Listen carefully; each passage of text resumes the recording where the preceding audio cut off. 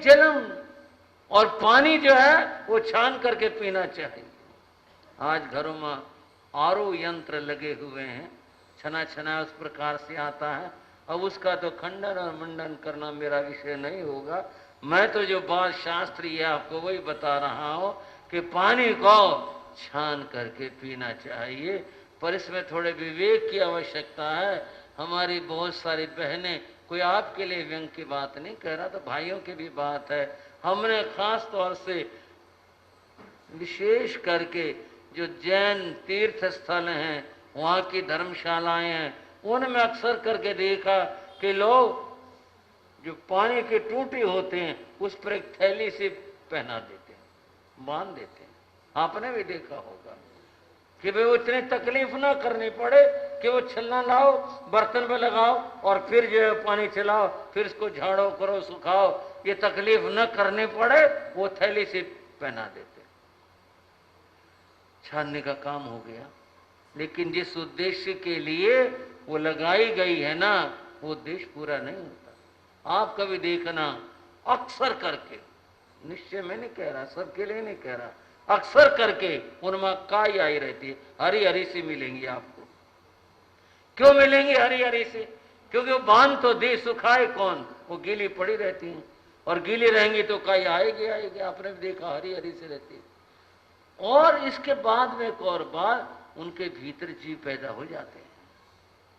जब वो खोली नहीं जाएगी, झाड़ी नहीं जाएगी, जब सुखाई नहीं जाएगी, वो ऐसी रहेगी, काई आएगी, जहां काई होगी वहां जीव उत्पत्ति होती है, तरह जीव भी वहां पर पैदा होने के पूरी संभावना रहा करती है।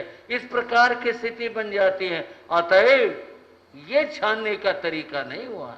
छानने का तरीका तो वही तरीका है कि वस्त्र लिया जाए, साफ हो, स्वच्छ हो, और उसको बर्तन के ऊपर ढका जाए, फिर उस पर जो आप करना चाहते हैं, पानी डालना चाहते हैं, उसका प्रयोग आपने किया, छाना, और उसके बाद में उस छलने को कुछ और जल लेकर उसमें उल्टा करके उसको थोड़ा सा रगड़ा नहीं, ऐसे ऐसे किया, और जो उसको लगा होगा, दिखाई नहीं दे रहा तो भी वो जीव उसमें चले जाए, और फिर उसको पानी के अंदर मिला दिया जाए। यानी आगे और जो पानी बह रहा है या जहां डाला हुआ है जो है उसमें प्रवाहित कर दिया जाए, फिर छलने को सुखा दिया जाए, फिर इसको यूज किया जाए। ये तरीका है पानी छानने का, तभी वो धर्म हो पाएगा, अन्यथा नहीं हो पाएगा। अन्यथा तो फिर यही है, कर तो रहे ठीक सा ही अपने लिए, पर विचार से नहीं कर रहे, इसलिए उसका सुफल नहीं हो पाता।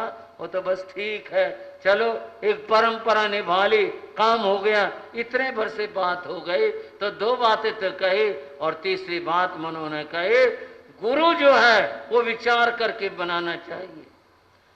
लोक भाषा में कहावत है ये, पानी पीजिए छान के, गुरु कीजिए जान के। ऐसे नहीं बस यूं ही हो गया गुरु, ऐसे ही ऐसे बना लिया, नहीं नहीं, बिना जाने। आपको जानेंगे क्या? कुछ तो उसका आचरण देखो, व्यक्ति को देखो, उसका ज्ञान को देखो। इतनी समझ तो सभी रखते ही हैं, इतना तो कुछ विचार और विवेक हो। विचार और विवेक जरा सा भी न हो, और फिर कैसे गुरु हो जाए? व्यंग भी बहुत कसे गए, बातें भी बहुत कही गई। इस बारे के अंदर बंद हो, गुरु के लोभी और लालचियों की बात क्या है? अब तो जमाना जो है कुछ और तरह का, कभी कभी हम पुरानी बात भी कर लेते हैं, और तरह का, और कैसे जमाने की बात। आजकल तो बच्चा जरा सर ले ले ले मोबाइल ले ले ले ले और चला के दे दिया, अपने आप लगा रहेगा, अपना काम करो, है ना यही बात। और फिर यूं कहते हैं बच्चे मोबाइल नहीं छोड़ते। सिखाया किसने? सिखाया तो खुद ने है। हम देखते हैं यहाँ पर, यहाँ का मतलब संतों के पास में बच्चा कोई साथ आएगा और थोड़ा सा भी कुछ करेगा, फट मोबाइल देंगे, चला ले ले मोबाइल ले ले, देख ले। माता पिता भी आनंदित है, ठीक है लग गया काम में, वो भी अपना आनंदित है। पर ये तो देख लो संस्कार क्या बनेंगे बच्चाओं। आज तो ये स्थिति हो गई कि छोटे छोटे बच्चे मोबाइल चलाना ऐसा जानते हैं कि बड़ों को भी नहीं आए।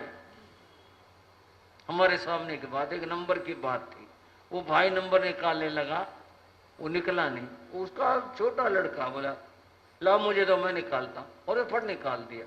और देखा बोला आपको कुछ आता भी है? ऐसा ही बोला आपको कुछ आता भी है? ले भाई ये हो गए उस्ताद और मास्टर और गुरु का पिताजी वगैरह, आपको कुछ आता भी है? 1 मिनट के अंदर निकाल भी दिया। जब सिखा रहे हैं तो ऐसा होगा, पर मैं तो कुछ और कहने की बात कह रहा था। पहले जो छोटे बच्चे हुआ करते उनका मनोरंजन विनोद करने के लिए, हंसाने के लिए, वो बड़े जो है ना उनके कान में मूसा लगा के कुछ कहा करते। आपको पुराने जमाने में ले जा रहा हूं, और क्या कहते कानावती कुर्र, ऐसे किया एकदम झंझनाट होते, बच्चा हंस पड़ता करता। वही होगी तो कभी तो बात है। हाँ जी भाई, बच्चों को आनंदित करने के लिए वो जमाना कानावाती कुर्र का था, जमाना मोबाइल का है। पर मैं तो गुरु की बात कह रहा हूं। उस गुरु की बात यह है, कानावाती कुर्र, तू चेला में कुर्र, रुपया नारियल धर, तो डूब चाहे तर, मैं तेरा कोई ठिकाना नहीं। अपना तू रुपया और नारियल रख दे, अपनी बात पूरी हो जाए, बस फिर तो ठीक है। बंधुओं, जहां इतना लोभ और इतना लालच होगा, जहां पर ये विचार होंगे, वहां पर कैसे उद्धार होगा, कैसे कल्याण होगा? वो गुरु कैसे बेड़ा पार कर सकेंगे? गुरु तो बंधुओं फिर लौट कर आता हूं मैं उस बात के ऊपर, उसका तो एक वचन ही उद्धार करने वाला होता है, कल्याण करने वाला हुआ करता है। उसकी बात होती है। ऐसे गुरु जो हैं वो उद्धार करते हैं, जिनके जीवन के अंदर 5 महाव्रत हो, समिति गुप्ती का जहां पर विचार हो, जहां पर इंद्रियों का नियंत्रण हो, ऐसे जो गुरु हैं वो कल्याण करने वाले होते हैं। अतएव उनकी शरण में रहकर उनका उपदेश सुन करके फिर जो है वो कल्याण होता। कभी सिकंदर की बात पड़ी थी, कह नहीं सकता वो कितनी सही है क्या, पर एक कहानी जरूर है सिकंदर की। सिकंदर और उनका गुरु चले जा रहे थे। आगे गुरु था, पीछे सिकंदर था। आगे नाला आ गया, अब पता नहीं कितना गहरा हो। सिकंदर पीछे से आगे आया गुरु के आगे, और बोला गुरु जी आगे मैं चलूंगा, आप पीछे आना। बोले क्यों? मैं आगे चल तो रहा था, तो मेरे पीछे आना। बोला नहीं गुरु जी, यहां आगे आगे मैं चलूंगा। बोले क्यों, क्या बात? बोले हो सकता है कि नाला गहरा हो। बोले फिर? गहरे में तो गुरु जी ठीक नहीं रहेगा, क्या पता।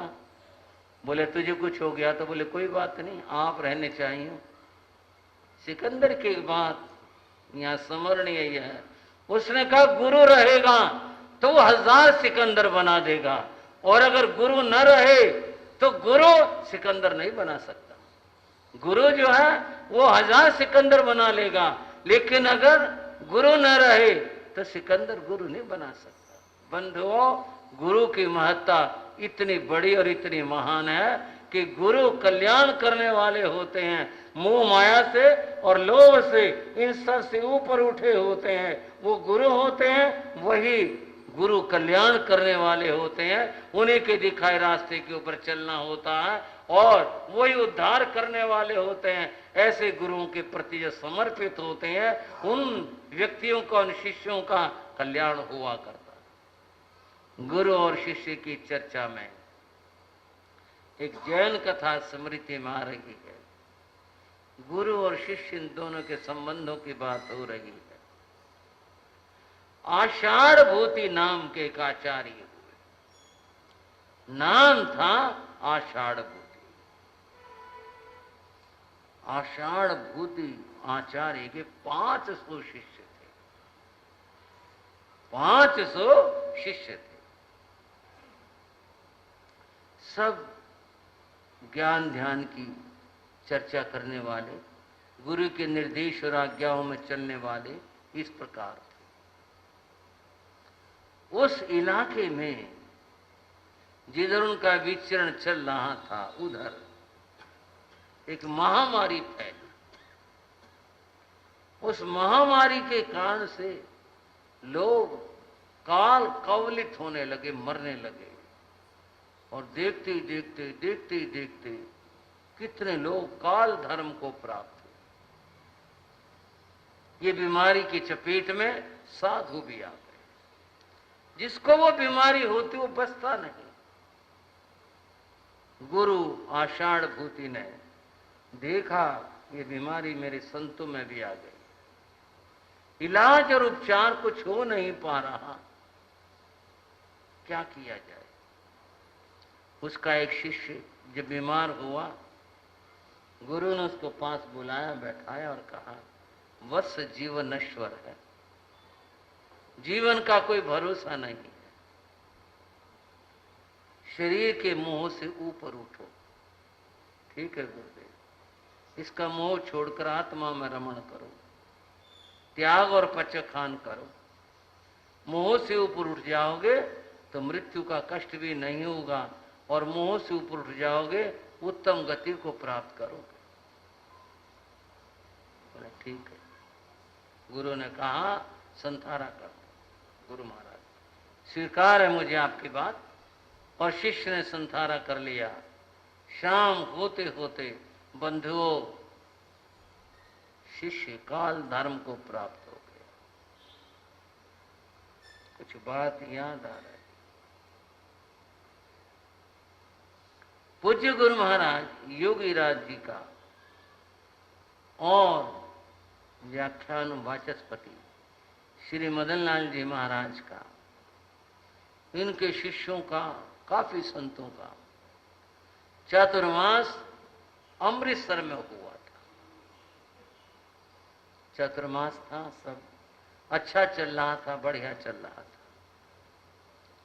पूज्य गुरुदेव योगीराज जी के 4 शिष्य थे। कई भाई जो जानते होंगे वो कहेंगे 3 थे, पर मैं उन्हें बता रहा हूं उनके 4 शिष्य थे। सबसे बड़े थे पूज्य मेरे गुरु जी महाराज श्री रामकृष्ण जी महाराज। दूसरे नंबर के शिष्य थे श्री रण सिंह जी महाराज। तीसरे नंबर के शिष्य थे भगत श्री शिवचंद जी महाराज। उन्होंने तो यहाँ 72 के चतुर्मास में विराजमान थे, चतुर्मास किया। सब उनको भक्त जी महाराज कहते थे, बड़े सेवा भावी महापुरुष थे। वो तीसरे थे। पूज्य गुरुदेव योगीराज जी के 4थे शिष्य और थे, उनका नाम था शिखर चंद मुनि। शिखर चंद मुनि 4 युवा थे। शिखर चंद मुनि युवा संत थे, बड़े विनयवान थे। पूज्य गुरु महाराज खुद कहा करते, मैंने 4 शिष्य बनाए, 4 के अपने अपने विशेषताएं रही। शिखर चंद मुनि अमृतसर के चातुर्मास में गुरु सेवा में थे और अपने स्वाध्याय ध्यान आदि करते, संत सेवा में रहे थे। बहुत ही उत्तम आत्मा थी, बड़ा उत्तम जीवन था। बीमार हो गए। बीमारी भी एक ऐसी बीमारी हुई, जिस वैद्य और डॉक्टर को दिखाया, बोले इसकी दवाई नहीं है हमारे पास। दवाई दी भी होगी, पर उन्होंने कहा ये तो बड़ी भयंकर बीमारी है। कोई शब्द है उतना मैं भी नहीं जानता, धनुष बाण जिसकी कमर जो है ऐसे मुड़ सी जाती है, कुछ ऐसा ऐसा रोग था उस जमाने में, उस समय में उसका उपचार नहीं था। गुरु महाराज योगीराज जी, उन्होंने भी वैद्यों से बात की। वाचस्पति जी महाराज साथ ही होते थे, उन्होंने भी बात की। लगा कि बड़ा मुश्किल है इस संत का बचना। बंधुओं, थोड़ी सी बात संसार पक्ष को सामने रखते हुए और फिर अध्यात्म की बात कर रहा हूं। जवान बेटा और उसके लिए डॉक्टर वैद्य कह दे कि ये तो नहीं बचेंगे, पिता को कितना भारी दुख होता। गुरु का युवा शिष्य और डॉक्टर वैद्य कह दे इनका बचना मुश्किल। बंधुओं, इस बात को परम श्रद्धे